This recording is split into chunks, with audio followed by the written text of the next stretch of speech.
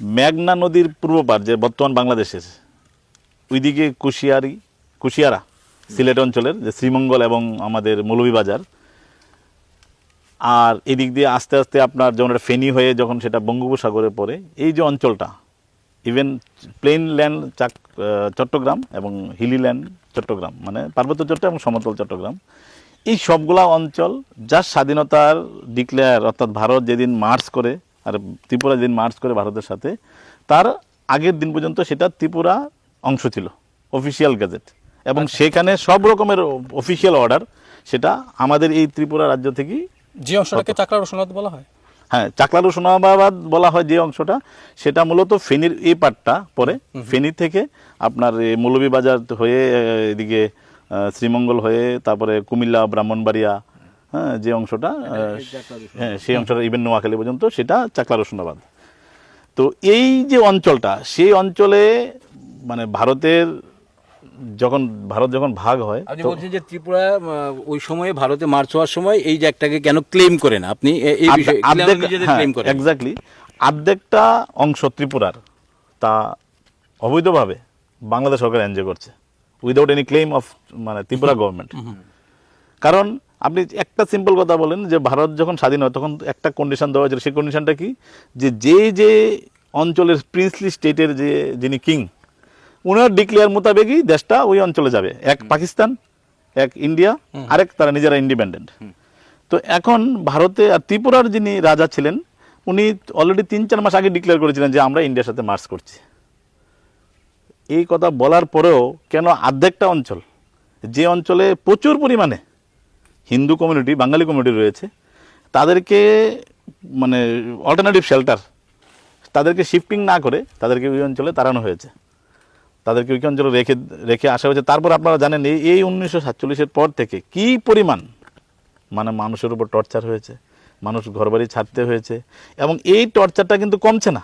আজকে এই 80 বছর যদি ধরেন মিনিমাম, আমি যদি বলি 1942-এর মুসলিম লীগের যে চরম আন্দোলন, যে ভারত ভাগ করতেই হবে, এক্স্যাক্টলি যে পজিশনটা, ওই সময় থেকে যে কি অত্যাচার হয়েছে এবং কত মানুষ এসছে, শিফট হয়েছে নিজেদের অঞ্চল, নিজেদের এলাকা, কোনো সিকিউরিটি নেই, কেউ তাদের পক্ষে কথা বলার নেই। তারপর হঠাৎ করে বীর বিক্রমের মৃত্যু আমাদের 3 মাস আগে দেশ স্বাধীনের, এই পরিস্থিতি আমাদের গার্জিয়ানলেস, কে বিচক্ষণ ব্যক্তি যে স্ট্রং ডিসিশনগুলো নেবে? ভারত সরকারের তরফ থেকে তখন পুরো ভারতবর্ষী ব্যাপী যে একটা মানে উচ্ছৃঙ্খলতা বিশৃঙ্খলতা, এই সময়ের মধ্যে যে কোথায় দিকে কে নজর দেবে, কোনটাকে মানে শেল্টার দেবে, সব মিলিয়ে হয়ে উঠছিল না। তার মধ্যে আমরা হয়ে গেলাম বলির পাঠা। কারা? বিশেষ করে বাঙালি হিন্দু কমিউনিটিরা। তারা কি হলো, তাদেরকে চাকলা রসুনাবাদ, অর্থাৎ কুমিল্লা, ব্রাহ্মণবাড়িয়া, নোয়াখালী, সিলেট, ইভেন পার্বত্য চট্টগ্রাম পর্যন্ত এবং সমতল চট্টগ্রামেও আমাদের বিশাল সংখ্যক লোক রয়েছে যারা আমাদের এই অঞ্চলে তাদের জমি সহ আসার কথা। তারা শিফট হবে না। I am dead against of the মানে Hindu communities people, those who are belongs to in this present Bangladesh. তারা ওখানে শিফটে আসবে না, আমি এটা চাই না। আমি চাই আমাদের জমিটাও আসতে ফিরে। আচ্ছা, সবভাবে আমাদের মানে 1000 বছর ধরে আমাদের এভিডেন্স রয়েছে। জমির ডিসপুট যেটা বলছেন, এটা কি শুধুমাত্র 1947 হোক বা 49 হোক, নাকি সেটা 71-এরও একটা বিষয় রয়েছে? কারণ আমার একটা মানে আলোচনাতে, টকশোর মধ্যে রাষ্ট্রীয় সাক্ষরতা সমাজ একটা সংস্থা রয়েছে আগরতলাতে, তাদের একটা এভিডেন্সে মানে দেখানো হয়েছে যেভাবে যে 1961-এ একজন টিচারের ট্রান্সফার হয়েছে ফ্রম কুমিল্লা টু আমাদের চরিলাম, ত্রিপুরার। তো ওই ক্ষেত্রে কোথাও না কোথাও সেই এভিডেন্সগুলো থাকে যে কোথাও না কোথাও ভারত সরকারের অধীনে ওই কুমিল্লা অঞ্চলগুলো কিন্তু তখনও কিন্তু মানে সেই জায়গায় ছিল বলে কিন্তু একটা মানে প্রমাণ পাওয়া যায় ওই এভিডেন্সগুলোর মাধ্যমে। অ্যাকচুয়ালি প্রমাণের তো কোনো বিষয় নেই। আপনারা মানে খুব ইন্টারেস্টিং বিষয় এটা, একটু শুনুন ব্যাপারটা। মানে ভারত যখন স্বাধীন হয় তখন স্বাধীনতার সময় সবচেয়ে বড় সমস্যা দেখা দিয়েছিল জিনিসটা, যে ভারতকে মানে দ্বিভাগ অথবা ত্রিভাগ, মানে 2 ভাগে অথবা 3টে ভাগে ভাগ করতে হবে। তো অনেক আলোচনা করার পরে যে কমন কন্ডিশনগুলো আসে, সেই কন্ডিশন হলো যে আপনারা এক হলে পাকিস্তানে যেতে পারেন, এক হলে হিন্দুস্তান বা ইন্ডিয়াতে যেতে পারেন, অথবা নিজেরা স্বাধীন থাকতে পারেন। কাকে বলা হয়েছিল এটা? বলা হয়েছিল ভারতের তৎকালীন সময়ে 562 জন দেশীয় রাজ্য, প্রিন্সলি স্টেট বা দেশীয় রাজ্য যেগুলো ছিল সেগুলোকে বলা হয়েছে। 562টার মধ্যে 549টা ডাইরেক্টলি বলে দেয় যে we want to merge with India. 13টা চলে যায় পাকিস্তানের সাথে। 3টা নিয়ে ডিসপুট ছিল, হায়দ্রাবাদ, নিজাম, জুনাগড়, গুজরাটের, আর হলো কাশ্মীর। কাশ্মীরের রাজা কে ছিলেন? Hari Singh. Hari Singh Hindu, but the people, the প্রজারা তারা ছিল মুসলিম। তারপরও ভারত সরকার কেন পিওকে কে বা কাশ্মীরকে দাবি করে? এখানে তো গণভোট হয়নি, কেন দাবি করে? লজিকটা কি? লজিকটা ছিল যে ওই অঞ্চলে যিনি রাজা থাকবেন, এই রাজার ইচ্ছা অনুসারে, এই রাজার ইচ্ছা অনুসারে দেশটা ওই রাষ্ট্রের সাথে মার্জ হবে, পাকিস্তান হবে, ইন্ডিয়া হবে, অথবা স্বাধীন রাষ্ট্র হবে। তো ত্রিপুরার রাজা কোথায় এক জায়গায় কোনো ডকুমেন্ট আছে, এভিডেন্স আছে যে উনি বলেছেন যে এটা আমি পাকিস্তানের সাথে যাব? ত্রিপুরা রাজার এবং রাজ পরিবারের কেউই না। ইভেন তৎকালীন যে রাজার আন্ডারে যে প্রধানমন্ত্রী ছিলেন বা চিফ মিনিস্টার ছিলেন, যিনি আমাদের মানে বি.কে. দেববর্মন, যিনি, উনিও তো এরকম কোনো স্টেটমেন্ট দেননি। তাহলে এই যে ত্রিপুরা স্টেট, যে ত্রিপুরা স্টেটের টোটাল খাজনা, ত্রিপুরা মানে কন্ডাক্টিং, যে ওইখানে যদি একটা জমি রেজিস্ট্রি হতো, সেটাও ত্রিপুরার সরকারের নাম থাকতো জমি রেজিস্ট্রি। আপনার শেখ হাসিনা অনেকবার বলেছেন যে দেখো দলিল খুলে। ওখানকার অনেক ডকুমেন্টেশন, ওখানকার পুরনো যে বিল্ডিং বাড়িগুলো আছে, কিছুদিন আগে আমরা ব্রাহ্মণবাড়ির একটা কাচারি বিল্ডিং বাড়ি, ওটাও বিভিন্ন মাধ্যমে এসেছে। আমি ব্যক্তিগতভাবে কুমিল্লাতে লাইব্রেরি দেখেছি, সেখানে বীরচন্দ্র মানিকের লাইব্রেরি, সেখানে ত্রিপুরা লেখা আছে। ত্রিপুরা আপনি এটা ছাড়ুন না, একদম জীবন্ত উদাহরণ হলো আমাদের শচীন দেববর্মন। ওনার জন্ম তো কুমিল্লা জেলায়। শচীন দেববর্মন, আচ্ছা, যখন আমাদের ত্রিপুরার মানে রাজ পরিবারে কে রাজা হবে, বীরচন্দ্র থাকতে, বীরচন্দ্র, হ্যাঁ, মানে আমাদের এই বীর বিক্রমেরও মানে দাদু বলতে গেলে, উনি থাকতে, তো উনি তো যখন ডিসপুট হয় তখন কি হয়েছিল যে আমাদের যে শচীন দেববর্মন, যিনি বাবা নবদ্বীপ চন্দ্র দেববর্মন, উনাকে যখন মানে উনি কেসে হারলেন ব্রিটিশ আদালতে, তখন ওনাকে আমাদের কুমিল্লার মানে জমিদারিত্ব দেওয়া হয়। তো জমিদারিত্ব কি অন্য জায়গা দেবে না নিজের জায়গা দেবে? তো সেটা ত্রিপুরার জায়গার অধীনে ছিল বলে। তো ওই সময়তে দেখা যায় যে উনি কি বলো কুমিল্লাতে জন্মগ্রহণ শচীন দেববর্মনের। শচীন দেববর্মনকে এই রাজ পরিবারের একজন, অবশ্যই, এবং আমাদের রাজ্যের গর্ব, এবং আমাদের এই রাজ্যের না পুরো বিশ্বের গর্ব, পুরো পৃথিবীর খুব সম্মানের সহিত যাকে স্মরণ করা হয়। এবং শচীন দেববর্মনের সবচেয়ে যে ফ্যান্টাস্টিক জিনিসগুলো দেখবেন, উনাদের চাল চলতি, ড্রেস, পোশাক, খাওয়া দাওয়া, চলাফেরা, এভরিথিং বাঙালিয়ান, টোটালি বাঙালিয়ানা, একদম সৃষ্টিগুলো বাংলা গানের ডোল বা দেববর্মনই, শচীন দেববর্মন দম্পতির, হ্যাঁ, ওনাদের নিজেদের মধ্যেও আপনারা জানেন, ওনার সহধর্মিনীর অনেক লেখাকে উনি সুর দিয়েছেন, এবং সেই ভাটিয়ালি গান, তোরা কে যাস রে ভাটির গান গাইয়া, তো এই বিষয়গুলো ঘাটে লাগাইয়া নাও পান খাইয়া যায়, গ্রাম বাংলার গানের একটা মানে কত বড় ঐতিহ্য, বড় ঐতিহ্য শচীন দেববর্মনের সাথে বাংলার ঢোল। তো এই সমস্ত গানগুলো, তো ওই বিষয়গুলো আমি সেই জন্য আমাদের আলোচনার শুরুতেই বলেছিলাম যে আমরা আসলে পাহাড়ি, বাঙালি, হিন্দু, মুসলিম ওই জেনেটিকভাবে আমরা তা ছিলাম না, আমরা একটা মাল্টিকালচারে ছিলাম। মাঝখানে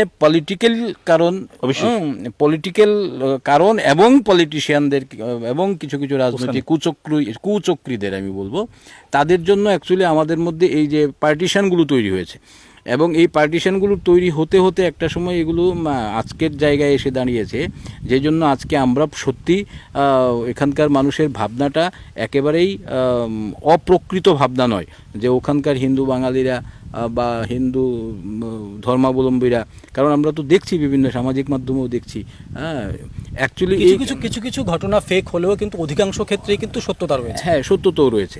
তো অ্যাকচুয়ালি এই সংস্কৃতিটার জন্য রাজনীতি দায়ী, এবং এর জন্য একটা দীর্ঘ ডিসপুটকে যদি সলিউশনের জন্য দীর্ঘদিন ধরে ঝুলিয়ে রাখা হয়, তারপর যেটা হয় সেই সমস্যার সমাধান হতে হতে ততক্ষণে অনেক ক্ষতি হয়ে যায় এবং প্রচুর মানুষের বলি হয়। একটা কাশ্মীর সমস্যা হয়ে আছে, সেটা সমস্যায় আমার বাবাও যখন আমার বাবার সময় এটা সমস্যা ছিল, আমার সময় এটা সমস্যা, এবং আমার পরের জেনারেশনের সময় আমি এটা সমস্যাই সমাধান হবে। এক্স্যাক্টলি ত্রিপুরা ক্ষেত্রে এটাই হচ্ছে। আচ্ছা, এক্স্যাক্টলি ত্রিপুরা ক্ষেত্রে আপনারা দেখুন, মানে আমাদের এই অঞ্চলের প্রতিটা মানুষের একটা সেন্টিমেন্ট জড়িয়ে রয়েছে ওই মেঘনা নদীর পূর্ব পার পর্যন্ত। মেঘনা নদীর যে পশ্চিম পার যেটা, সেটা ডেফিনেটলি পূর্ব পাকিস্তান, সেটা ডেফিনেটলি কনভার্টেড পাকিস্তান, যা পরবর্তী সময় সেটা বাংলাদেশ হয়।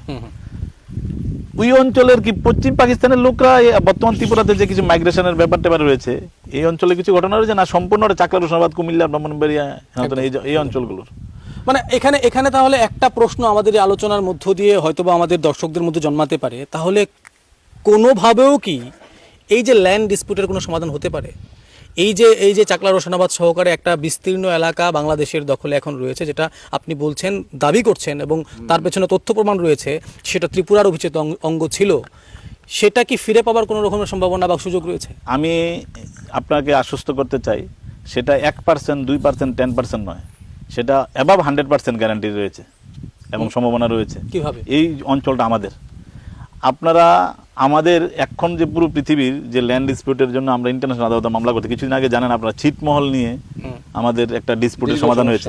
ছিটমহল কি ছিল? না এদের ছিল, না এদের ছিল, এটা ঝুলে ছিল তারা, এটা সমাধান হয়েছে মোদি হাসিনার আলোচনাতে হয়েছে। পাকিস্তানে একটা ঝিল ভারতের দখলে ছিল, সেটা কিন্তু পাকিস্তান ইন্টারন্যাশনাল আদালতে হ্যাঁ সেটা কিন্তু ক্যাপচার করেছে। আপনি একটাই কথা, যে অঞ্চলটা ত্রিপুরা রাজারা ট্যাক্স কালেকশন করেছে, যে অঞ্চলে জমিবাড়ি রেজিস্ট্রি আমাদের ত্রিপুরার সিলমোহর হয়েছে, এখনো আমার কাছে, আমি আপনাদেরকে এখনো দেখাতে পারি, এখনো যে ব্রাহ্মণবাড়িয়াতে যে দলিল পর্চা হয়, পর্চার মধ্যে এখনো লেখা আছে ত্রিপুরা জেলা। নাম পাল্টাতে পারেন ওরা। তো আপনি যেটা বললেন এবং আমরাও যেটা দেখলাম, ওই তৎকালীন প্রধানমন্ত্রী শেখ হাসিনা তো বারবার সেটা উল্লেখও করেছেন। একটা জায়গা দাবি উঠছিল যে কুমিল্লার নাম পরিবর্তন করার জন্য, তিনি কিন্তু বারবার না করেছেন, কারণ তার সাথে ত্রিপুরার একটা নিবিড় সম্পর্ক রয়েছে এবং তিনি কিন্তু সেটা কিন্তু নাকচ করে দিয়েছেন। হ্যাঁ, এখন আজকের এই পরিস্থিতিতে এই কথাগুলো বলার প্রয়োজন কেন পড়ছে? কথাগুলোর প্রয়োজন এই পড়ছে কারণ এই যে মিথ্যা ইতিহাস নিয়ে, মানে যে রাজ পরিবারের সদস্য, তার হয়তোবা এখন রাজত্ব নেই, কারণ ভারতবর্ষে রাজতন্ত্র অবসান হয়েছে। রাজতন্ত্রটার অবস্থান কেন হয়েছে? রাজতন্ত্রটাকে মনে করতে হচ্ছে শোষণের একটা হাতিয়ার, কারণ নিজের কুলাচার অনুযায়ী, কুলাচার ফ্যামিলি কুলাচার অনুযায়ী, কুলের যে আচার সেটা অনুযায়ী যে তার পরবর্তী প্রজন্মে রাজা হবে। কিন্তু প্রজাতন্ত্রতে কি হলো না, পাবলিক সিলেকশন করবে বাই ভোট। তো এই জন্য রাজতন্ত্র অবসান হয়েছে, প্রজাতন্ত্রতে সবাইকেও স্বাগতম। এই জন্য ভারতবর্ষের 565 জনের মধ্যে 552টা ভারতের সাথে মার্চ করেছে। এটা জোরপূর্বক, যে 3টা ডিস্টার্ব করেছিল সেটাকে জোরপূর্বক কিন্তু আমাদের সর্দার বল্লভভাই প্যাটেল দুটোকে সমাধান করেছে, একটাকে সমাধান করতে পারেনি। ত্রিপুরা রাজা বলতো আমি স্বাধীন, আমি মার্চ করবো না, দেখতেন তখন বল্লভভাই প্যাটেলের চেহারাটা, দেখতেন যে আর্মি পাঠিয়ে কিভাবে, মানে এখন আপনি বলছেন যে ওই জমিটা ভারত যদি চায় ফিরে আসতে পারে ভারতের কাছে, অবশ্যই ফিরে আসতে পারে, কারণ এটা অন্যায়ভাবে হয়েছে না, এটা কোনো রকম ভাবে। আপনি যখন সম্পূর্ণ চাকলা রোশনাবাদ সহকারে সম্পূর্ণ এলাকার কথা বলছেন, অন্যদিকে কিন্তু প্রদ্যুৎ কিশোর দেববর্মন তিনি কিন্তু শুধুমাত্র পার্বত্য চট্টগ্রামকে ফিরে পাওয়ার কথা বলছেন। হ্যাঁ, এই পার্বত্য চট্টগ্রামকে ফিরে পাওয়া নিয়ে আপনারা দেখলাম একটু আগে আমাদের প্রহনজিৎ দাও বললেন যে ওনাকে সাধুবাদ জানায়। আমি অবশ্যই, আমি মানে যদি শত্রুও যদি কোনো ভালো প্রস্তাব দেয় আমি সাধুবাদ জানাই, কিন্তু এখানে আমি ওনাকে সাধুবাদ জানানোর মানে মেন্টালিটি দেখতে পাচ্ছি না, কারণ ওনার এখানে রয়েছে একটা বিরাট বড় ষড়যন্ত্র। ওনার যে পার্টি শুরু হয় সেটা একদম মানে 100% সেটা হলো ত্রিপুরা রাজনীতিকে কেন্দ্র করে। উনি নিজেই বলেছেন যে 1 ইঞ্চি জমিও দেওয়া হবে না। যখন কেউ একজন আবেদন করলো যে আমাদেরকে এডিসির মধ্যে আমাদেরকে পাট্টা দেওয়া হোক, আপনারা দেখলেন এটা অলরেডি মানে সোশ্যাল মিডিয়াতে বা চ্যানেলে এসছে, তখন বলে 1 ইঞ্চি জমিও বাঙালিদেরকে দেওয়া হবে না। এই পার্বত্য চট্টগ্রামের গল্পটা কেন বলা হচ্ছে? দেখুন, পার্বত্য চট্টগ্রামের মধ্যে দুটো ইন্টারেস্ট রয়েছে। একটা ইন্টারেস্ট হলো যদি পার্বত্য চট্টগ্রামকে ভারতের সাথে অ্যাড করা যায় বা ত্রিপুরার সাথে অ্যাড করা যায়, বা ওই অঞ্চলের লোকগুলোকে যদি ট্রান্সফার করা যায়, কারণ 70% ল্যান্ডে তো জমি মানুষ থাকে না এডিসি যে এরিয়াতে, ওইখানে যদি আনা যায় 8.5-10 লক্ষ লোক, তাহলে ত্রিপুরার যে এমএলএ সিট, একটা ডেমোগ্রাফিও চেঞ্জ হবে। ডেমোগ্রাফি চেঞ্জ হওয়ার পরে কি হবে, রাজনৈতিক পট পরিবর্তন হয়ে যাবে। ত্রিপুরাতে এখন 20টা ডাইরেক্টলি রয়েছে ত্রিপ্রাসা বা ট্রাইবেলদের হাতে, 40টা রয়েছে বাংলাদেশের হাতে। অ্যাসেম্বলি সিটের কথা বলছি। এর মধ্যে যদি ওরা যদি এসে যায় তাহলে 40টা হয়ে যাবে ত্রিপ্রাসাদের। তাহলে গভর্নমেন্ট এনি হাউ ফর্ম করতে পারবে। আপনি এর মধ্যে আপনি বলছেন যে উনার এই যে মুভমেন্ট, তার মধ্যে আন্তরিকতার থেকে রাজনৈতিক অভিসন্ধি অবশ্যই। উনি তো বারবারই মানে দেখুন, আরো অভিসন্ধি আরো ইন্টারেস্টিং হয় এটা বলছি। এই যে কিছুদিন আগে যে বিশ্বমোহন জামাতিয়ার থেকে শুরু করে যে ফেক কতজন যে উগ্রপন্থীরা যারা সারেন্ডার করলো, এই সারেন্ডার যে করলো, এই সারেন্ডারের ঠিকানাটা কোথায় ছিল, ওদের আস্তানা কোথায় ছিল, ওরা কোথায় থেকে ত্রিপুরাতে নাশকতা চালিয়েছে? Purely that was Hili Chittagong.